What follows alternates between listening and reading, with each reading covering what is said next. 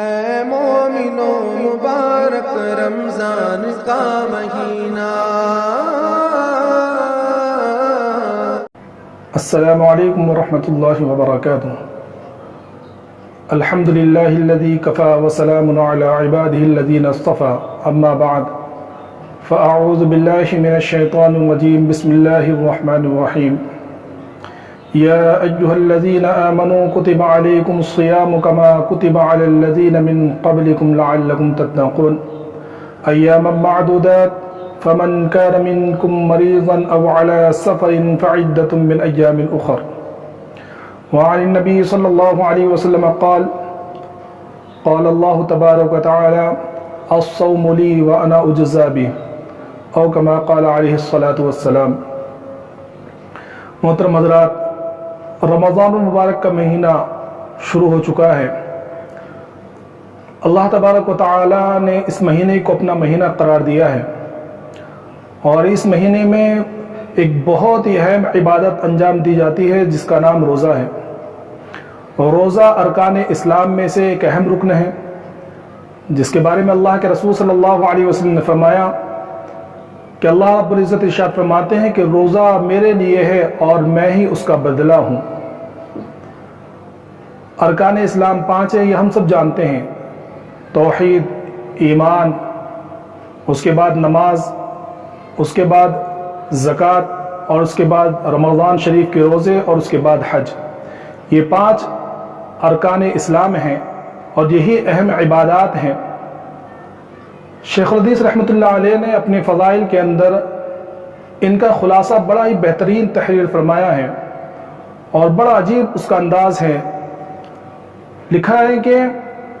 اقرار عبدیت کے بعد، یعنی اللہ کے وحدانیت کا اقرار کرنے کے بعد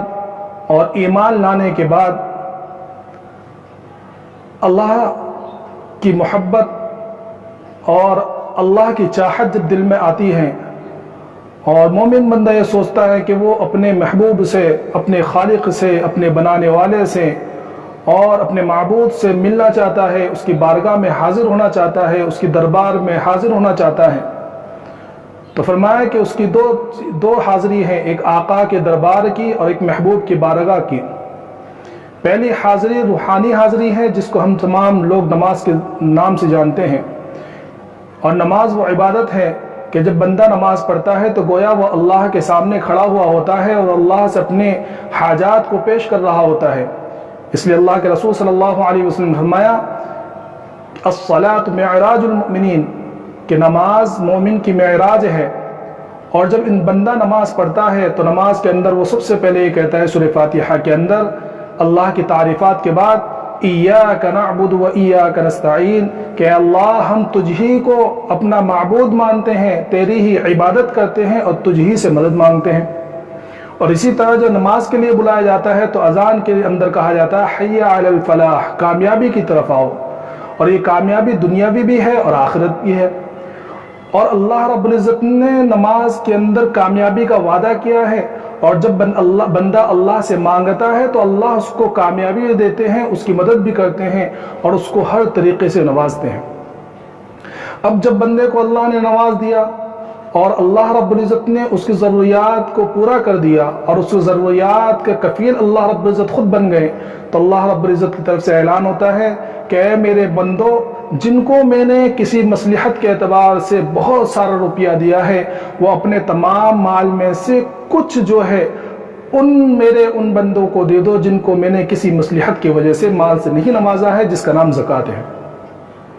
اب دوسری حاضری ہے محبوب کی بارگاہ کی۔ ایک بندہ جب اللہ سے اللہ کی وحدانیت کا اقرار کرتا ہے اور اللہ سے اپنی محبت کا اقرار کرتا ہے تو اس کے دل میں یہ خواہش ہوتی ہے کہ وہ اپنے محبوب سے ملے، اپنے محبوب کو گلے لگائے، اپنے محبوب کا بوسہ لے۔ اور ظاہر سی بات ہے، دنیا کے اندر ہم اپنے اللہ کو دیکھ نہیں سکتے، ہم اپنے آقا کو دیکھ نہیں سکتے، اللہ کا دیدار دنیا کے اندر نہیں ہو سکتا، لیکن اللہ رب العزت نے پھر بھی بندوں کی ضروریات کو اور بندوں کی خواہش کا احترام کرتے ہوئے فرمایا کہ دیکھو دنیا کے اندر تو تم مجھ سے ملاقات نہیں کر سکتے، تم میرے گلے نہیں لگ سکتے، تم مجھے بوسہ نہیں دے سکتے، لیکن دیکھو یہ میرا گھر ہے، یہ بیت اللہ ہے، اس کے اندر میری تجلی اترتی ہے اور اس کے اوپر میری تجلی اترتی ہے، تم جاؤ اس کا دیدار کرو، اگر تم بیت اللہ کا دیدار کر رہے ہو تو گویا تم میرا دیدار کر رہے ہو، اور دیکھو کعبے کے دروازے اور حجر اسود کے بیچ میں جو ملتزم ہے اس سے لپٹ کر دعا مانگو، اور اس سے لپٹ کر تم دعا مانگو گے تو گویا ایسا ہے جیسے تم مجھ سے لپٹ رہے ہو۔ لیکن چونکہ اللہ کے گھر کی حاضری بہت بڑی نعمت ہے، اور وہاں انسان اپنے اس ناپاک بدن کے ساتھ اور اپنی ان ناپاک خواہشات کے ساتھ وہاں جانا اس کے لیے مناسب نہیں ہے، تو اس سے پہلے اللہ رب العزت نے کچھ ایام کی ریہرسل کرائی ہے کہ یہ ایام جو ہے رمضان کے ایام ہیں، کہ رمضان کے اندر روزہ رکھ کر تم اپنی نفسانی خواہشات کو ختم کرو، اور جو اصل جڑیں ہیں خواہشات کی اور نفسانی خواہشات کی، ایک شرمگاہ اور دوسری زبان منہ، تو ان دونوں چیزوں کی حفاظت کر ایک مہینے تک اس دونوں کی حفاظت کرو، اور بالکل اس کے بعد پاک صاف ہو کر تم میری بارگاہ میں حاضر ہو۔ یہی وجہ ہے کہ فقہاء نے اکثر جو اپنی کتابوں کے اندر ترتیب یہی رکھی ہے کہ پہلے ایمان کا تذکرہ، پھر نماز کا ذکر، پھر اس کے بعد جو ہے زکوٰۃ کا ذکر، پھر اس کے بعد روزوں کا ذکر، اس کے بعد جو ہے حج کا ذکر۔ تو ہمارے سامنے اب جو یہ مہینہ ہے یہ اللہ رب العزت کی طرف سے ریہرسل کا موقع ہے کہ ہم اللہ کے بارگاہ میں حاضر ہونے سے پہلے اپنے آپ کو پاک و صاف کر لیں۔ اب چونکہ بہت عظیم عبادت ہے تو اس کے اندر جو کچھ مسائل ہیں تھوڑے بہت وہ آپ حضرات کی خدمت میں پیش کرنا ہے۔ سب سے پہلے تو جو ہے اصطلاح شریعت میں روزہ کہتے کس کو ہے؟ تو روزہ کہتے ہیں صبح صادق سے لے کر غروب آفتاب تک عبادت کی نیت سے کھانے پینے اور جماع یعنی ہم بستری سے رکے رہنا اللہ کے لیے، یہ روزہ کہلاتا ہے۔ اب یہ ہے کہ روزہ فرض کس پر ہے؟ تو اس کا یہ جواب ہے کہ روزہ ہر مسلمان عاقل بالغ مرد عورت پر فرض ہے، نابالغ پر فرض نہیں ہے۔ کچھ وجہ ہیں جن وجہوں سے روزہ چھوڑ سکتے ہیں کہ ان حالات میں اللہ کی طرف سے معاف ہیں، اور اللہ نے فرمایا کہ اگر تم ان حالات میں مبتلا ہو اور تمہارے اوپر یہ حالات آئیں تو تم اس وقت روزہ چھوڑ کر بعد میں ان روزوں کی قضا کر لو۔ جیسا کہ مریض ہے، بیمار ہے، کوئی بہت زیادہ بیمار ہے، روزہ رکھنے کی طاقت نہیں رکھتا ہے، تو اللہ کی طرف سے اس کو چھوٹ ہے کہ وہ ان ایام میں روزہ نہ رکھے، بعد میں اس کی قضا کر لے۔ اسی طرح جو ہے مسافر ہے اور مریض کا تیماردار ہے، مریض کی عادت، مریض کو جو ہے دیکھ بھال کرنے والا ہے، دودھ پلانے والی عورت ہے کہ اگر دودھ پلانے سے کمزوری ہو رہی ہو تو ان حالتوں کے اندر وہ اگر روزہ نہ رکھے، یا بھوک پیاس بہت زیادہ بھوک پیاس کی تڑپ ہے، مجبوری ہے، تو ان حالات میں اگر وہ روزہ نہ رکھ سکتے ہو تو ان کو اللہ کی طرف سے چھوٹ ہے کہ ان حالات میں وہ روزہ نہ رکھے، بعد میں ان روزوں کی قضا کر لے۔ لیکن اگر ایسے حالات پیش آ جائے کہ وہ ان کو بعد میں موقع ہی نہ ملے کہ بیمار ہیں اور بیماری اتنی بڑھ گئی کہ اس کو بعد میں روزہ قضا کرنے کا موقع ہی نہ ملا، تو اس کی طرف سے شریعت یہ کہتی ہے کہ اس کو ایک روزے کے بدلے میں ایک فدیہ یعنی صدقۃ الفطر کی جو مقدار ہے وہ ایک روزے کے فدیے میں دی جائے گی۔ کچھ حالتیں ایسی ہیں کہ جن حالتوں میں روزہ رکھنا ہی جائز نہیں ہے۔ وہ حالت کون سی ہے؟ وہ حالت یہ ہے کہ عورت جو ہے حالت حیض یا نفاس کی حالت میں ہو، تو ان حالت میں اس کے لیے روزہ رکھنا جائز نہیں ہے۔ جب وہ پاک ہو جائے گی تو اس کے بعد جو ہے روزہ رکھے گی، اور ناپاکی کی حالت میں جتنے ایام گزرے ہیں ان ایام کی قضا وہ رمضان کے بعد میں کرے گی۔ ایک مسئلہ یہ ہے کہ اگر کوئی عورت جو ہے صبح صادق کے بعد میں پاک ہوئی ہو، تو صبح صادق کے بعد میں اگر کوئی عورت پاک ہوئی ہو تو اب وہ دن بھر وہ اس دن کا تو روزہ نہیں رکھے گی، لیکن دن بھر وہ کھانے پینے سے احتراز کرے گی، پرہیز کرے گی۔ لیکن اگر کوئی عورت حیض و نفاس سے صبح صادق سے پہلے پاک ہوئی، کوئی عورت حیض سے ہے لیکن وہ صبح صادق سے پہلے پاک ہو گئی، تو اب اس کی دو صورتیں ہیں کہ اگر وہ 10 دن مکمل کر کے پاک ہوئی ہو تو اس کو پاک ہونے کا موقع ملا ہو یا نہ ملا ہو، غسل کرنے کا موقع ملا ہو یا نہ ملا ہو، اگلے دن کا روزہ وہ بہرحال یعنی ہر حالت میں رکھے گی۔ اور اگر وہ 10 دن مکمل کر کے پاک نہیں ہو بلکہ 5 دن میں یا 7 دن میں پاک ہوئی ہو، تو اگر صبح صادق سے پہلے اس کو اتنا موقع مل گیا کہ وہ غسل کر کے پاک ہو سکتی ہو، تو اس حالت میں وہ غسل کر کے پاک ہو جائے اور اس کے بعد اگلے دن کا روزہ رکھے۔ اور اگر اتنا موقع نہیں ملا کہ وہ غسل کر کے پاک ہو سکے تو اس کے لیے یہ ہے کہ وہ اگلے دن کا روزہ نہ رکھے بلکہ بعد میں اس کی قضا کر لے۔ سب سے پہلا اس کے بعد یہ مسئلہ آتا ہے کہ نیت کرنا۔ رمضان کے ہر روزے کی نیت الگ الگ کرنا ضروری ہے، کہ ہر ایسا نہیں ہے کہ بھئی شروع رمضان میں نیت کر لیا کہ میں 30 دن کے روزے کی نیت کرتا ہوں، نہیں، بلکہ ہر روزے کی نیت کرنا الگ الگ ضروری ہے۔ ہاں، اس میں یہ چھوٹ ہے کہ رمضان کے روزے کی نیت تم آدھے دن سے پہلے تک کر سکتے ہو، نصف النہار جس کو کہا جاتا ہے، کہ اس سے پہلے تک روزے کی نیت کر سکتے ہو۔ اس کے علاوہ جو دوسرے روزے ہوتے ہیں رمضان کے روزوں کے علاوہ، جیسے کہ نظر غیر معین کا روزہ ہے، کفارے کا روزہ ہے، قضا کا روزہ ہے، تو ان روزوں کے اندر رات میں نیت کرنا ضروری ہوتا ہے، لیکن رمضان کے اندر آدھے دن سے پہلے روزے کی نیت کی جا سکتی ہے۔ اگر کسی شخص نے نیت نہیں کیا اور پورے دن وہ بھوکا پیاسا رہا تو اس کا روزہ نہیں ہوگا۔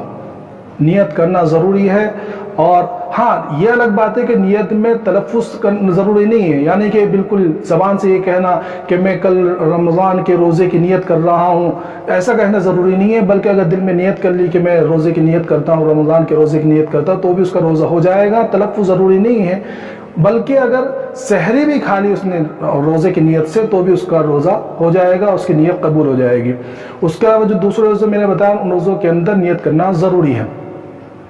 کچھ کام ایسے ہیں جو عام طور پر ہم لوگ سمجھتے ہیں کہ بھئی ہم لوگ اس میں